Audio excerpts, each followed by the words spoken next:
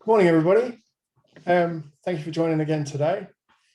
As always, I think Holly wants 1,000 questions. Is that right, Holly? Yep, the more the merrier. The more the merrier.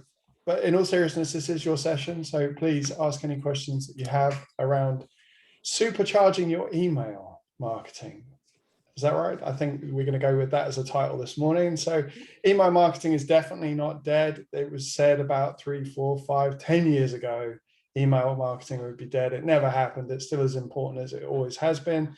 And I'd say that actually it's more important today to remain visible. But it's not just about marketing your business. It's also about keeping your customers up to date. With that, if you would like to share your contact details, please do so in the chat. And I shall hand over to yourself, Holly, if that's okay. Lovely, thanks, Ollie. Right, good morning. I'm Holly Stibben. Some of you already know me. I recognise some faces from the last talk that I did on websites. Thanks for joining us today.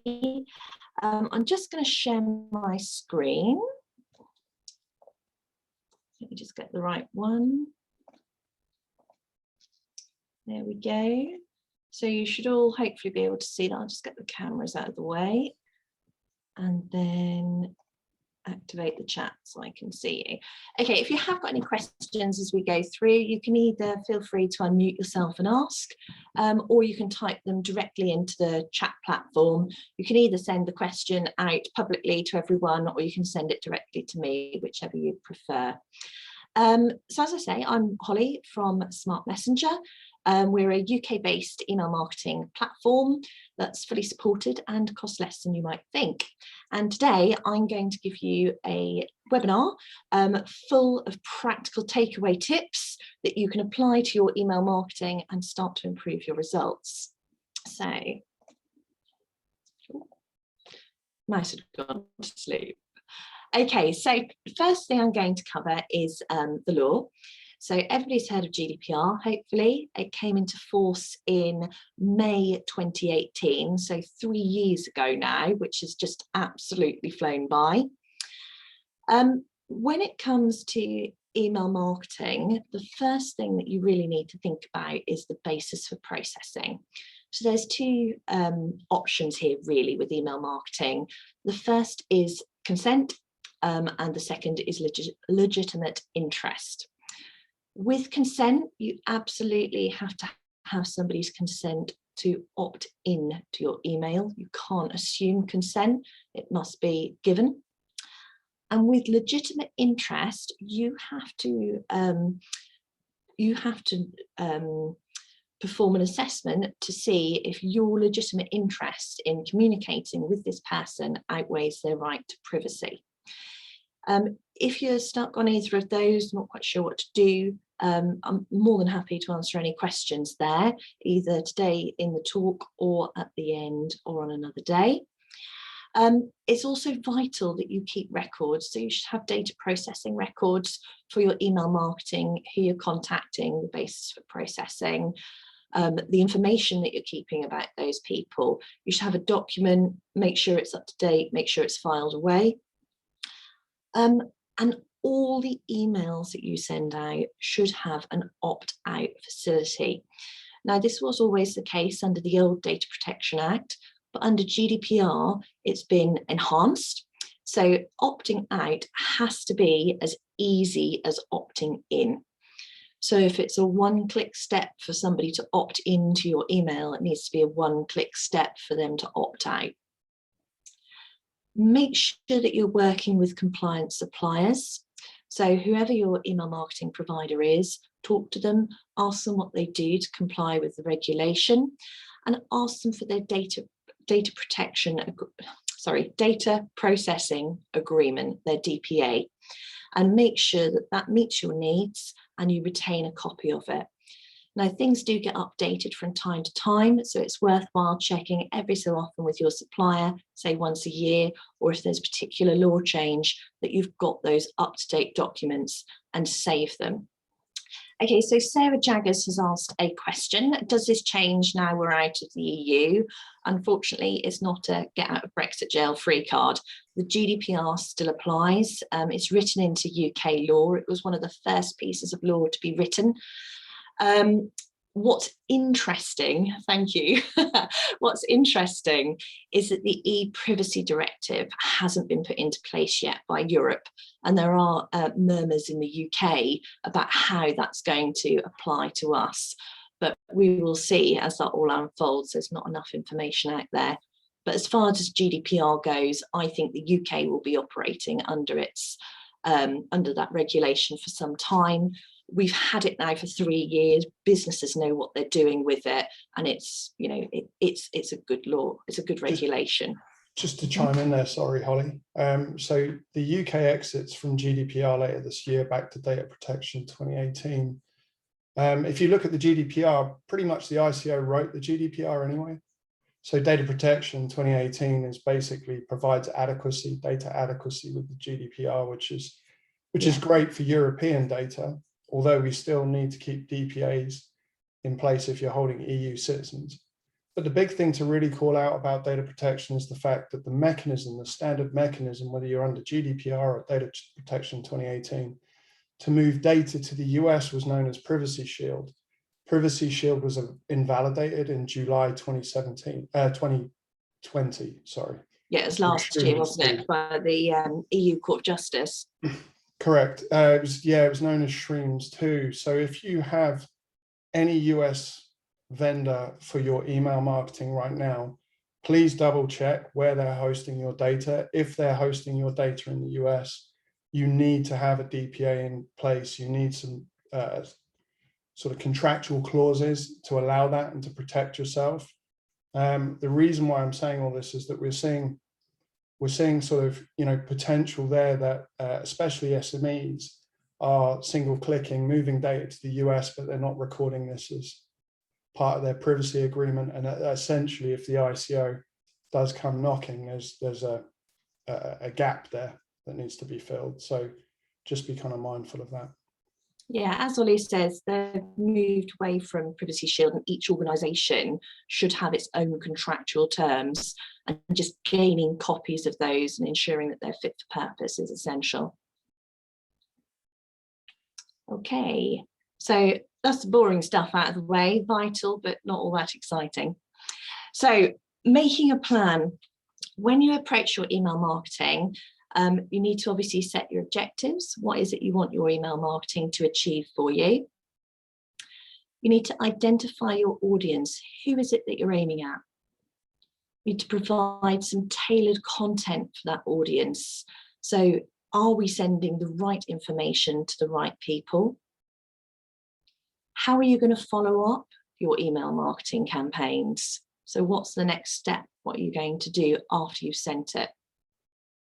And then what do you plan on measuring?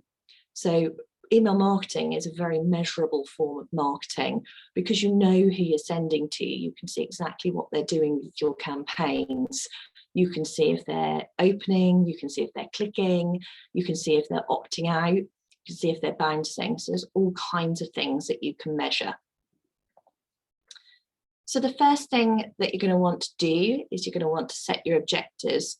And you'll probably have some of these in mind already if you're considering email marketing, or even if you are email marketing, because you'll know what it is that you're looking to achieve. So it might be that you want to gain leads and inquiries.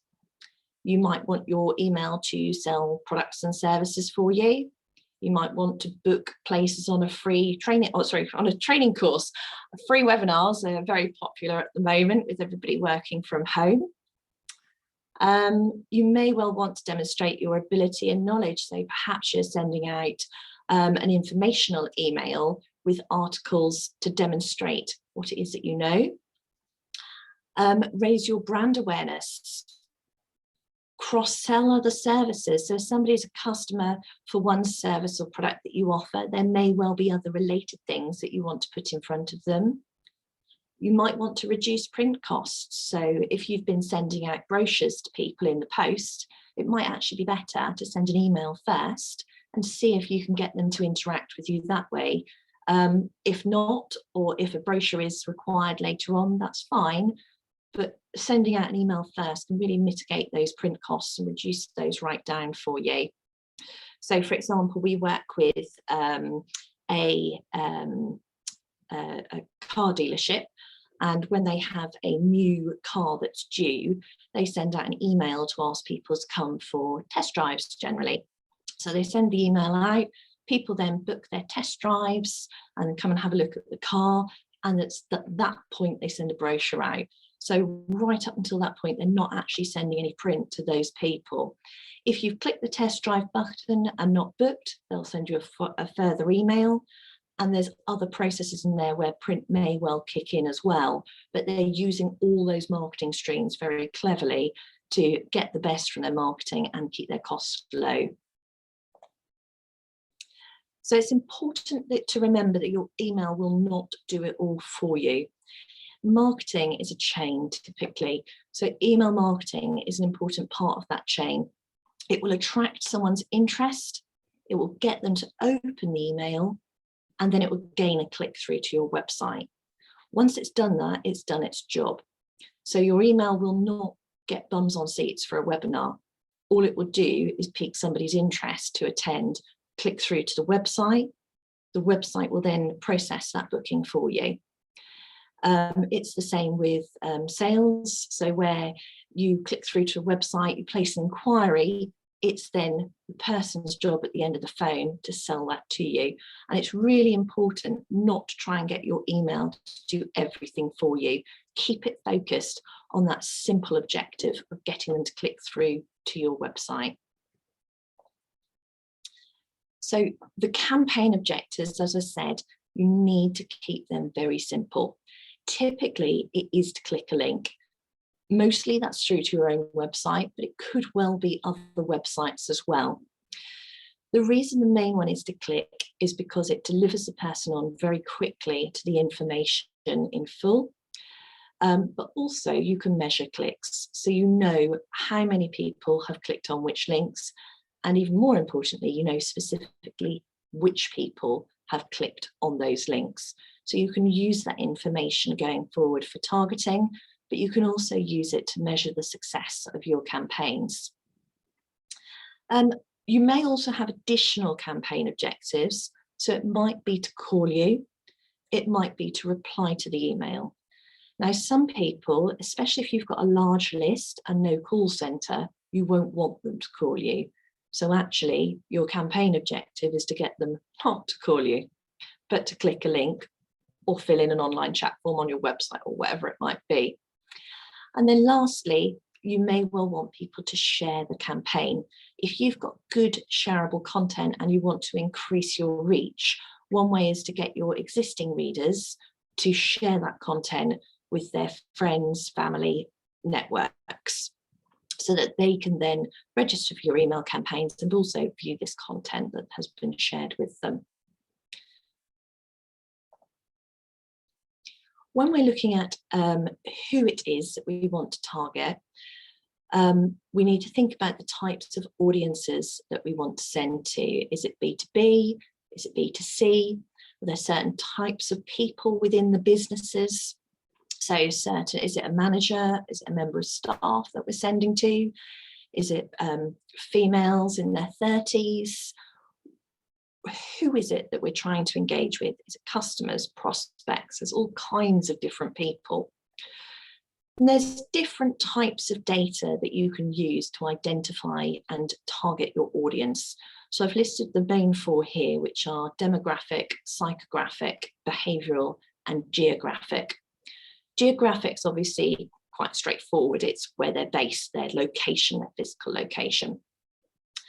Demographic is information that you already know about that person. So their age, their gender, their income, if it's B2C. If it's B2B, it's more likely to be company size, industry, job function. Psychographic tends to be around lifestyle, what they're interested in, what their motivators are, what their values are, and their attitudes. Behavioural data is the way they've behaved with you, so their purchasing habits. So have they bought anything from you previously? Have they attended previous webinars? What type of webinars were they? And what content have they engaged with that you've sent out? So if you've sent out information on different topics, which ones have they been clicking on? And then real clever marketeers use all of this data in conjunction to refine and improve who they're targeting to get better results. Then the follow-up, identify in your plan what is the process. So once you've sent this email out, how are you going to follow it up? Well, if it's B2C, typically you'll follow up with a further email. Because it's a bit rude to follow up with a phone call, and potentially if you're dealing with a large list, that could be quite an undertaking as well. So for instance, if you're a holiday cottage company and you send out lots of emails about booking your cottages and people click through but they don't actually book, you may well send a further email to encourage them to do so, perhaps with other cottages similar to the one that they looked at. Or if they haven't opened the email at all, perhaps we want to try a different area of the country or a different tack to pique their interest. If you're B2B and you're dealing with a small amount of people, you may well want to follow up with a phone call. So for example, if you're hosting an event or a webinar and you send out an email, people click through for more information on that webinar or event, but they don't actually book, you may well pick up the phone and say, oh, hi, I sent you an email earlier on in the week about such and such a course. Would you like to come? And then, of course, some emails, we don't want to do any following up at all. Maybe it's an information email. It might be a newsletter email, for example, with a roundup of your blog posts, but we don't actually need to follow it up. All we want to do is measure whether people are interacting. Okay, any questions so far before we move on from planning?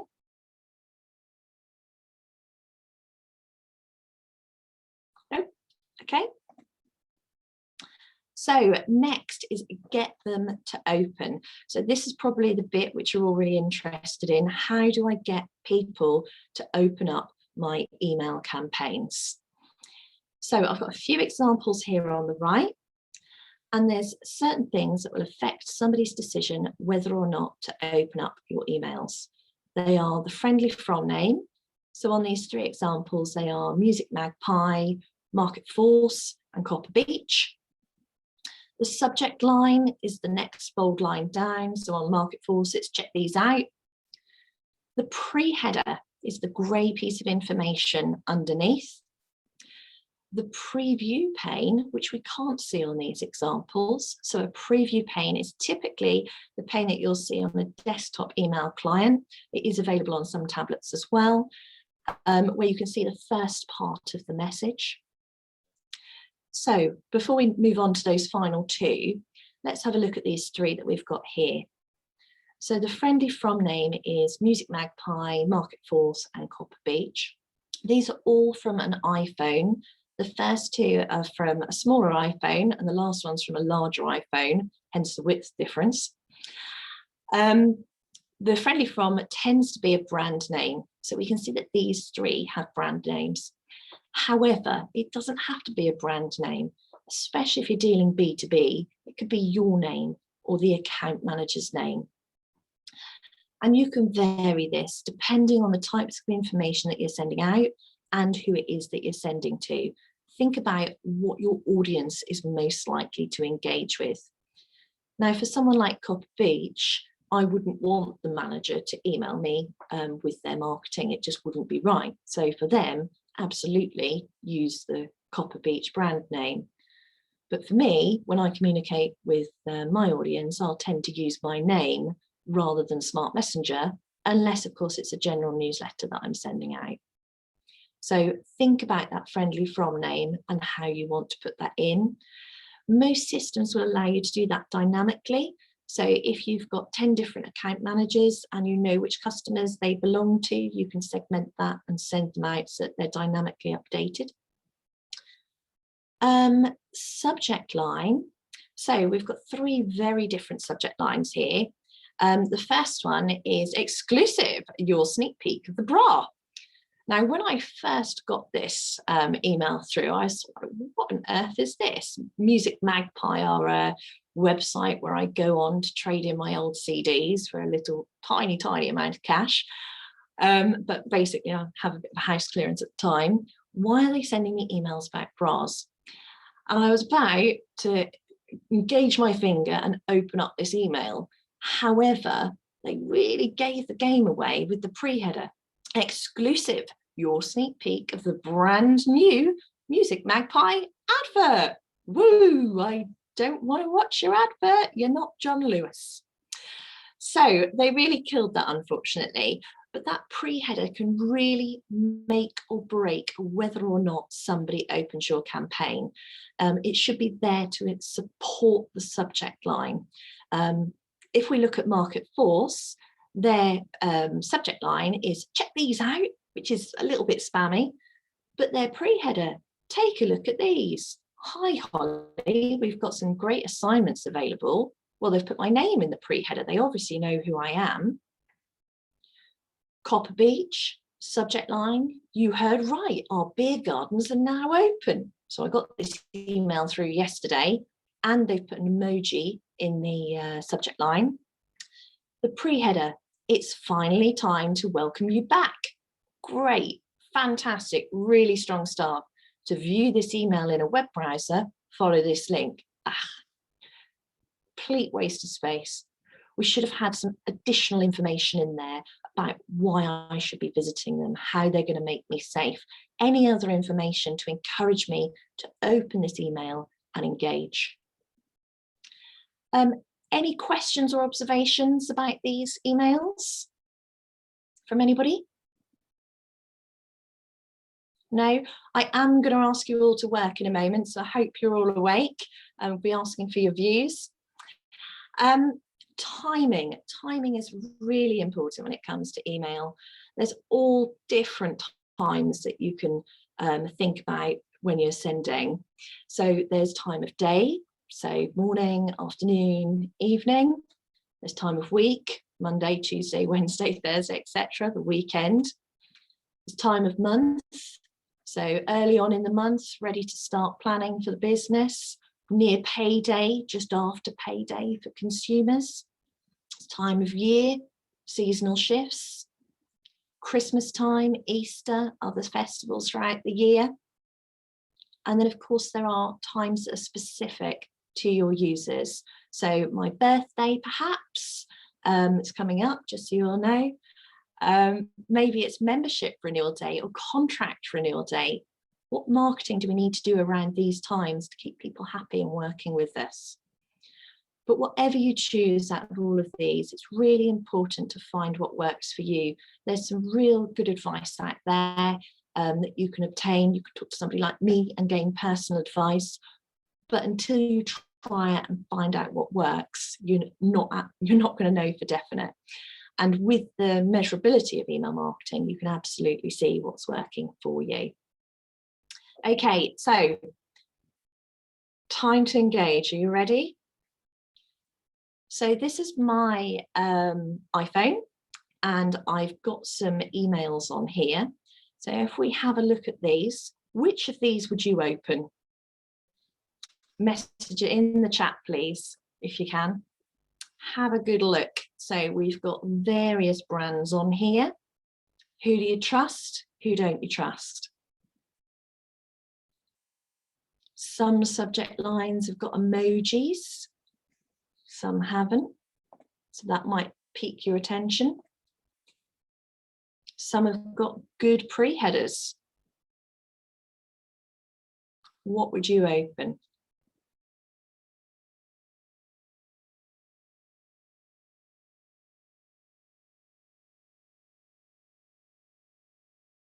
Braintree Village, thank you, Anna. It's the most personal one. They ask what will your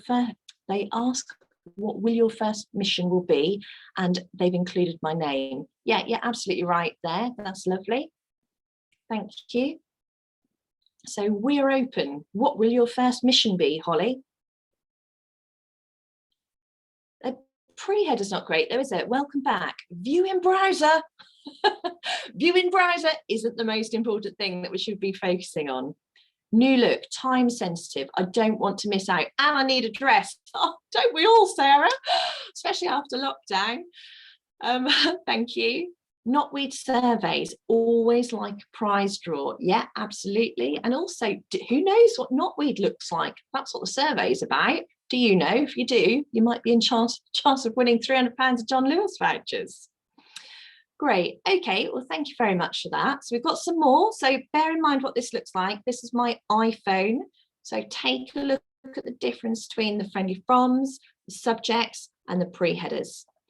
This is my Gmail. So it's and on a web client. Oh, Richard. I think you'd look fabulous in a dress, darling. So this is my Gmail. Note the difference in prominence. So the from address over on the left-hand side is very separate to the subject line. If I've got a short subject line, I've got a longer pre-header.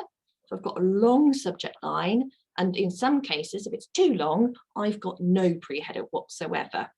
So what would we open here? Which ones are piquing your interest, and which ones would you absolutely avoid?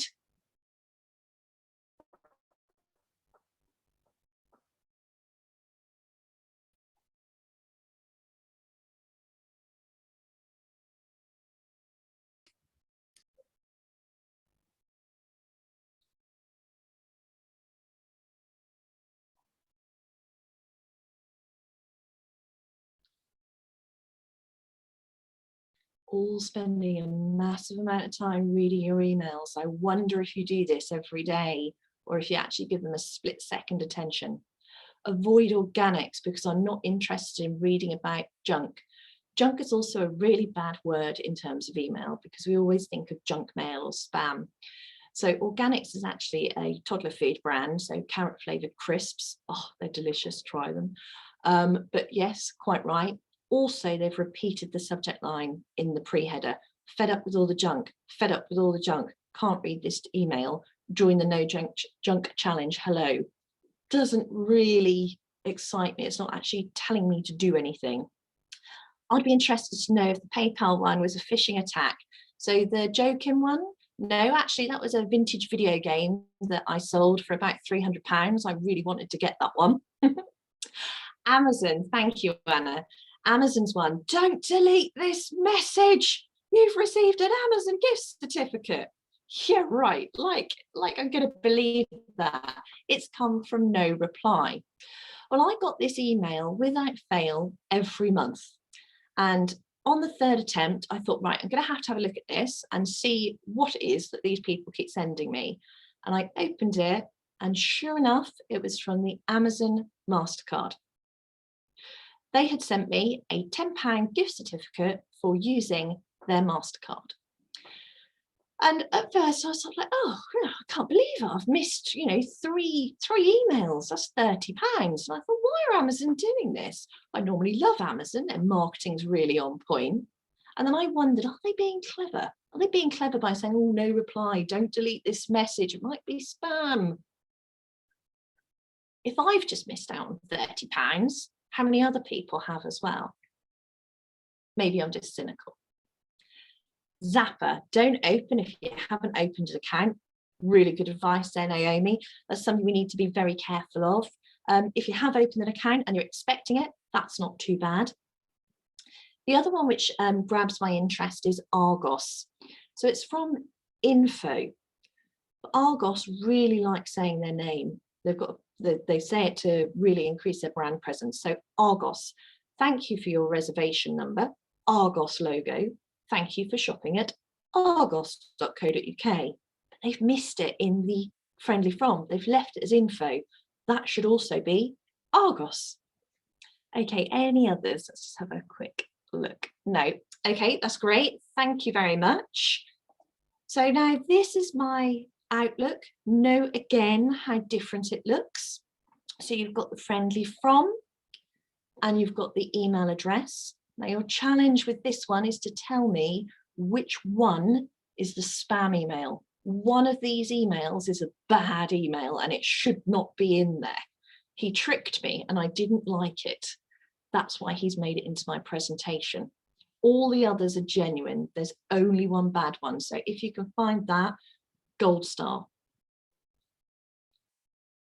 Well done, David Bell. Bad news, Holly. Well done, Naomi. So that is the only one in there. And I clicked on it. I didn't even think about it. David Bell, what a lovely, trustworthy name. Bad news, Holly. Oh no, something's happened and he knows my name. Click. Too late.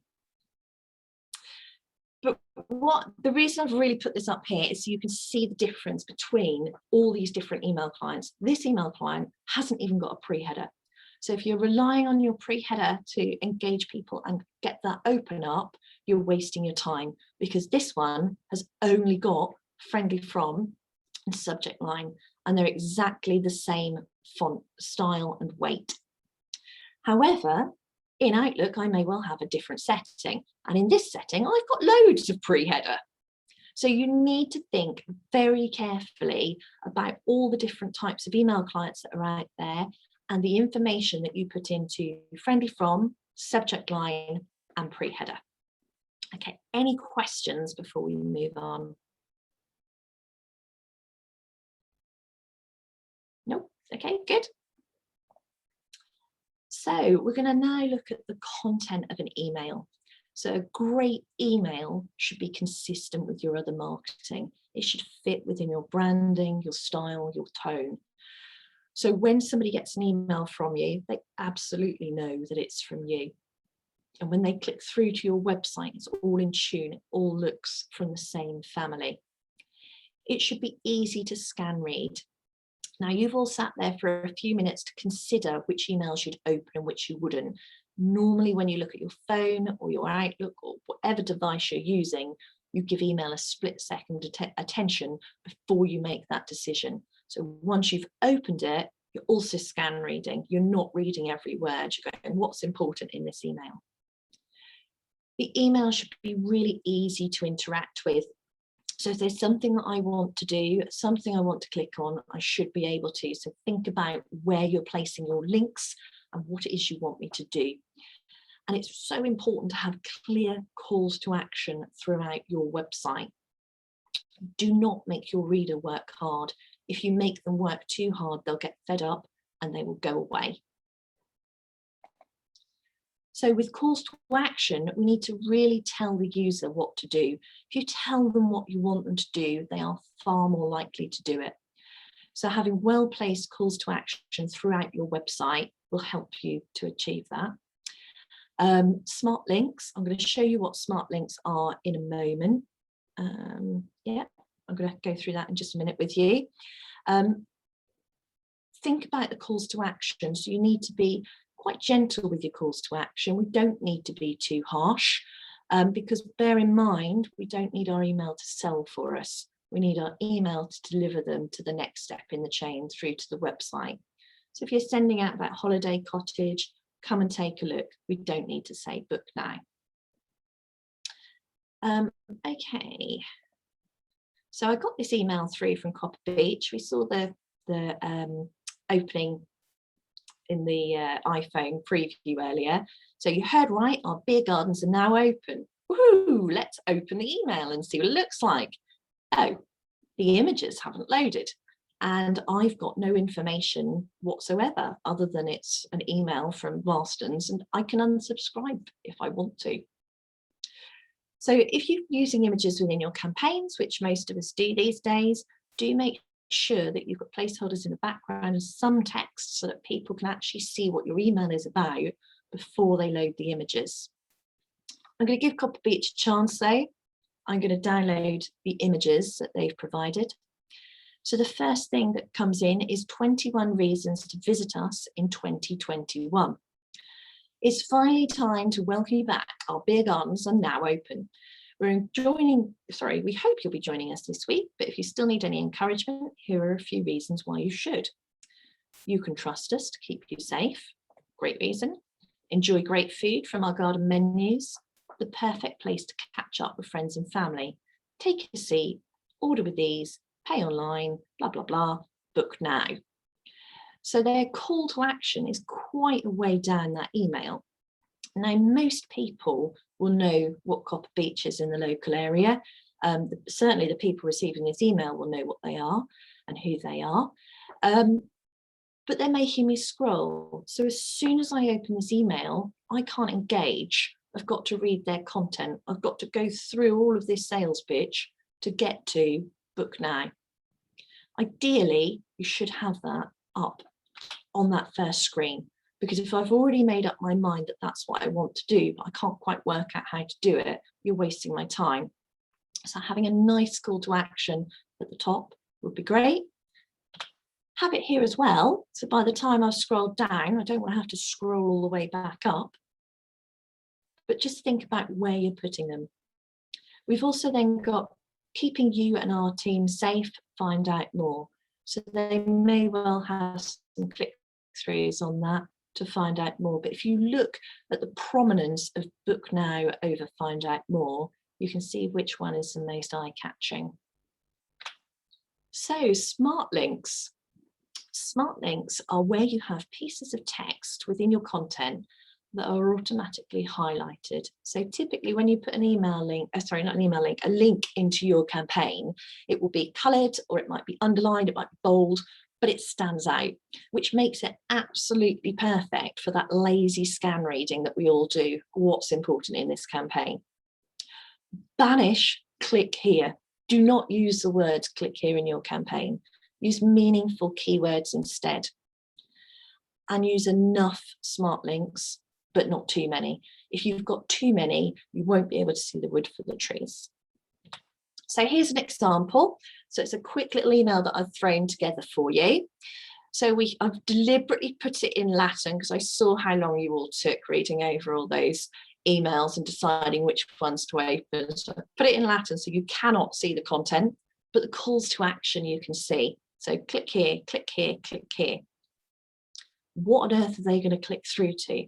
I don't know. So unless I'm going to invest the time and read the information in each of these paragraphs, I am not going to know what I could click on. However, and this is one of the really good takeaway tips that you can use if you're not using it already, is change them to keywords. This email is still in Latin, but you now absolutely know what you should be seeing when you click on these links. Beautiful beaches. Look at our special offers. Weekend breaks. You still can't read the rest of it, but those keywords on those smart links you can. Ideally, smart links should be 2 or 3 words absolute maximum. So look at our special offers is actually a little bit too long. So if you look and quickly scan read this page, it's a lot harder to pick that one up than it is the other 2. Also, they should be on one line. So don't split the line. So if weekend breaks, if breaks happen to go on to line 2, don't do that. Move it further into the email so it's always sitting nicely. Any questions? No. So mobile friendly emails. I've shown you a lot of mobile previews, but I've also shown you some desktop ones. It's really important these days to consider the different types of email client and device that people will be using when they open your emails. So in a similar fashion to websites, emails can have a responsive design, which means that they respond to the screen size that they're being viewed on. The key things to look for are readability. Is the font size good, and is it readable on a mobile in the same way as desktop? If it's a particularly wordy email, you may need to consider cutting that down on a mobile. Your call to action size. If you think about, if you've all got a phone there on your desk, just pick it up and have a play. But when you click on something, your finger is actually quite a big area of space, or your thumb, depending on how you hold your phone, compared to the pointer on your mouse. So your call to action size needs to be larger than on a desktop traditionally. And also don't put links too close together. If you go to click one and you accidentally get the wrong one, that can create a really bad user experience. And think about the thumb zone. So again, pick up your mobile phone, and if you hold your phone in one hand, I don't know if you can see me, there we go, can't see myself, sorry, and sweep your thumb across the phone, you can see if your call to actions actually land within that thumb zone. So if they've got to reach right up to that top left corner with their thumb, that's a really big stretch. What they're more likely to do is engage their other hand and use their finger to click that link. Now, whilst that doesn't seem like a lot, actually that's a massive amount of effort to ask of your email reader, when actually you could just pop that call to action within easy thumb's reach. You then also need to think about the landing page. So once I've clicked through on that link, where is it taking me to? Is that landing page mobile optimized as well?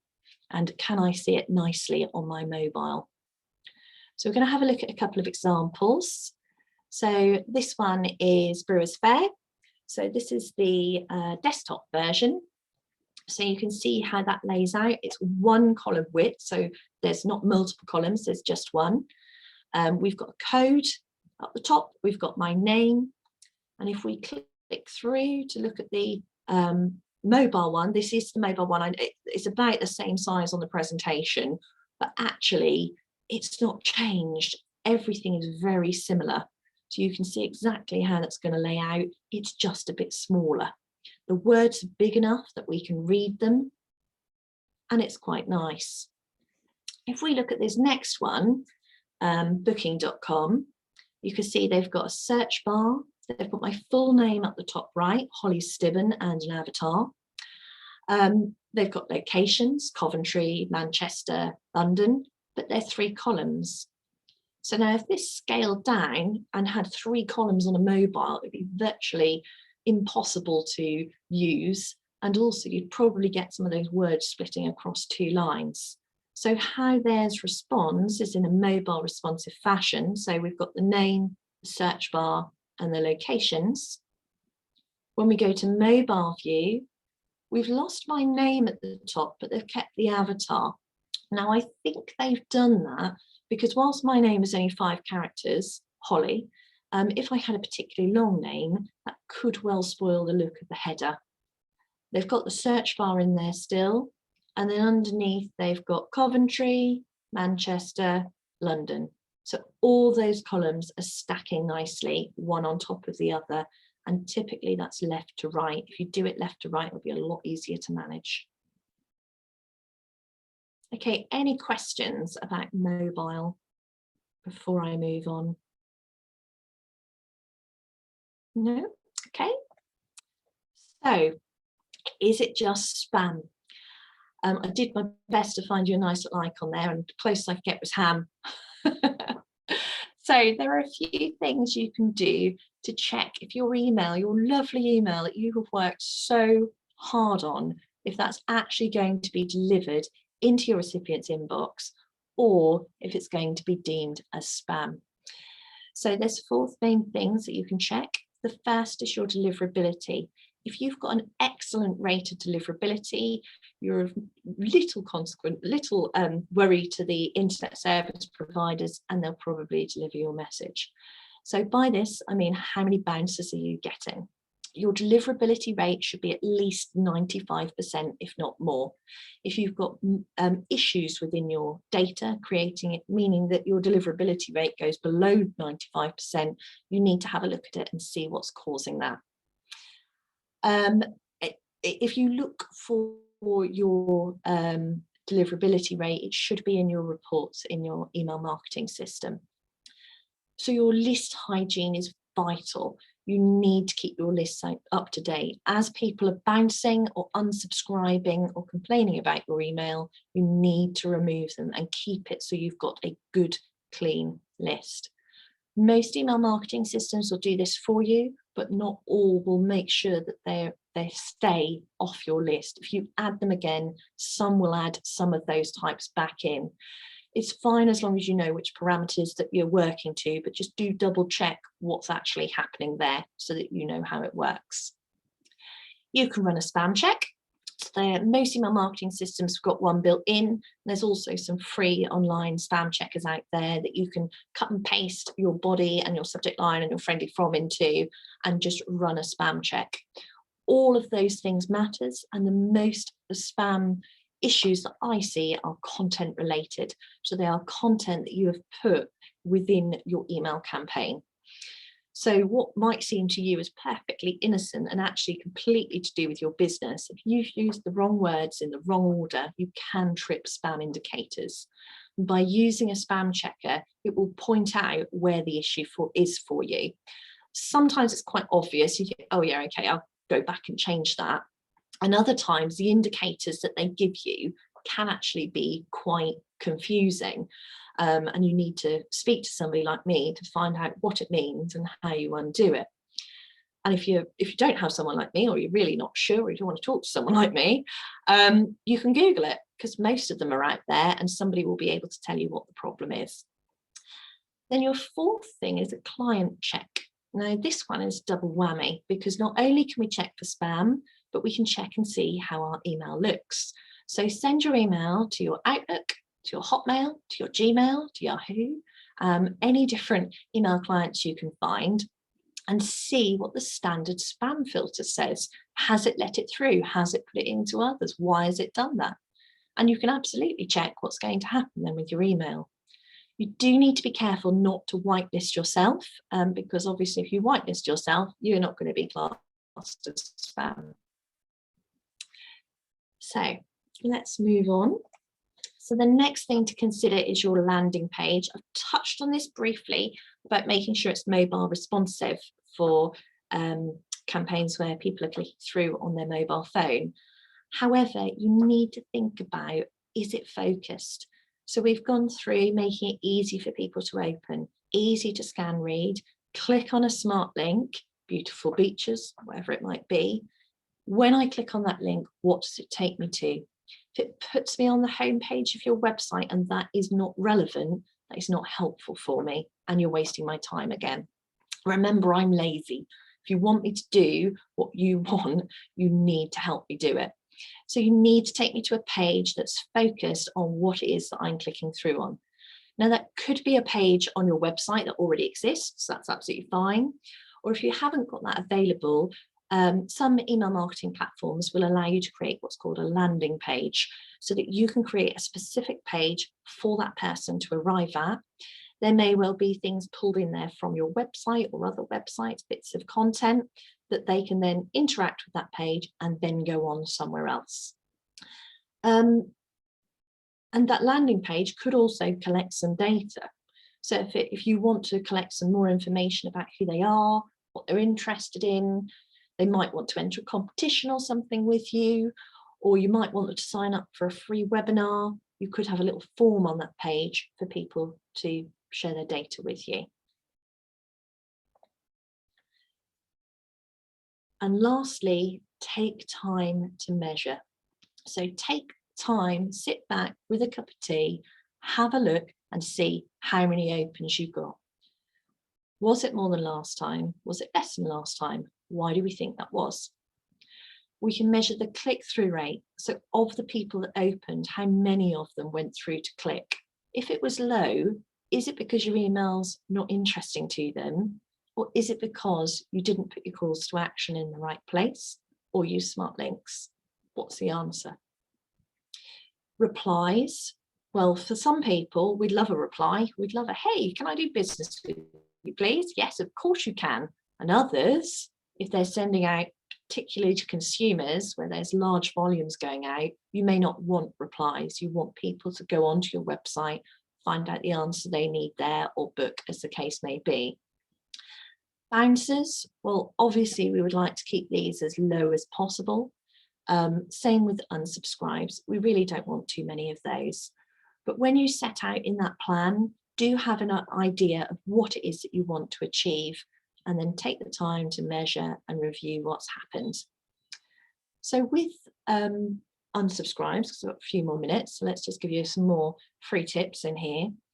Don't worry if somebody unsubscribes from your campaign. It doesn't necessarily mean that they don't want to work with you. It just means that they don't want your emails. It might be that you're communicating with them too much, or that they've moved to a different role, or they're just not interested anymore. But I'll tell you a little story. One of my customers, a very large customer, you know, the turnover for us from them per year was not to be sniffed at. He unsubscribed from one of my email campaigns one day, and I thought, oh no, what's happened? What have I done? So I plucked up my courage and I picked up the phone and I said, oh, hi Bob, how are you? My nervous singy voice. How are the kids? Yeah, lovely. How's things? Yeah. Had a little bit of a chat. And I said, oh, I just thought I'd give you a quick call because I saw you unsubscribed from our emails yesterday. I said, yes, I did, Holly. Very serious all of a sudden. And if I wasn't panicky enough, that certainly, made my heart beat faster. And I said, oh, and could I just ask why? And he said, yes, Holly, every time you email me, we've already had a discussion because you tell me what's coming. You tell me what I need to know and what's important. I don't need an email about it as well. Oh, that's great. Thank you so much. And since that happened, this is probably about 7 years ago now, I always remember him saying that to me. And now when I see people unsubscribe from my campaigns, I don't worry about it too much. So takeaway tips in short. So these are the main ones. There's been a few others in this presentation for you today, but these are the main ones that I think you should be taking away and putting into practice. Have a simple campaign objective. Click. That's all your email's got to do. Get open, get clicked. If it does that, it's done its job. You may well have spent hours writing your content, nobody reading it, but they're on your website. They're doing what you want them to do. In order to get that open up, you need to look at your from, your subject line, and your pre-header and make sure that they're all focused. And remember how different email clients look. And they may have the pre-header, they may have a lot of pre-header, or they might have no pre-header. Run a spam and client check on your email, so email client check that is, to see if your email is going to be deemed as spam or not, and also what it looks like in those different email clients. Make sure your links are smart. Banish click here, shouldn't have them. Make sure they're keywords and they're nicely focused. They're linking through to lovely related pages. Check the look of your campaign. How does it look on a mobile and desktop? Is it usable and lovely on both? And sit back with a cup of tea or coffee and take the time to measure your campaigns and see what has and hasn't worked for you.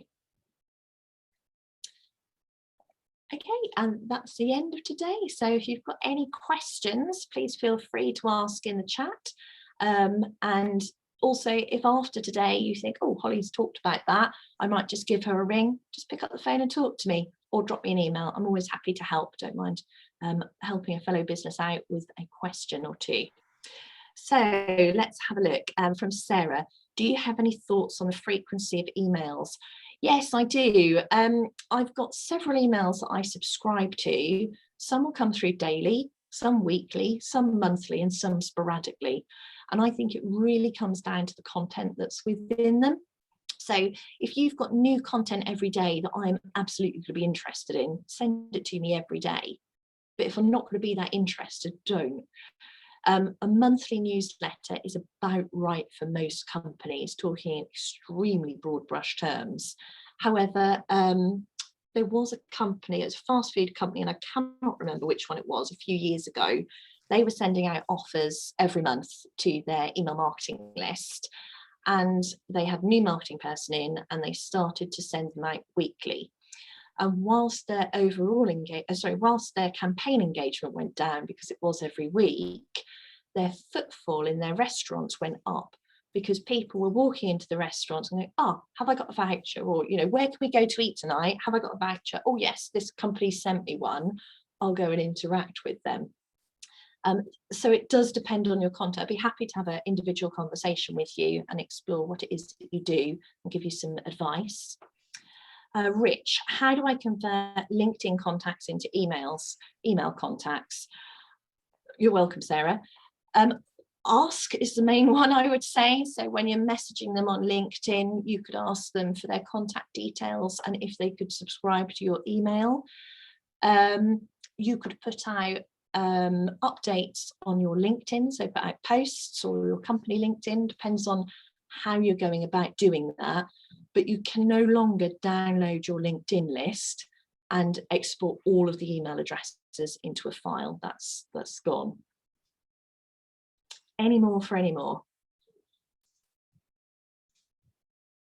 I think on that point as well, it really depends on what you're doing, Rich. If you're doing a social campaign to get people to click through to an offer or something like that, your landing page effectively would pick up that email address and in an automated environment would add it to your email lists automatically. So there are multiple ways that you can skin that one out.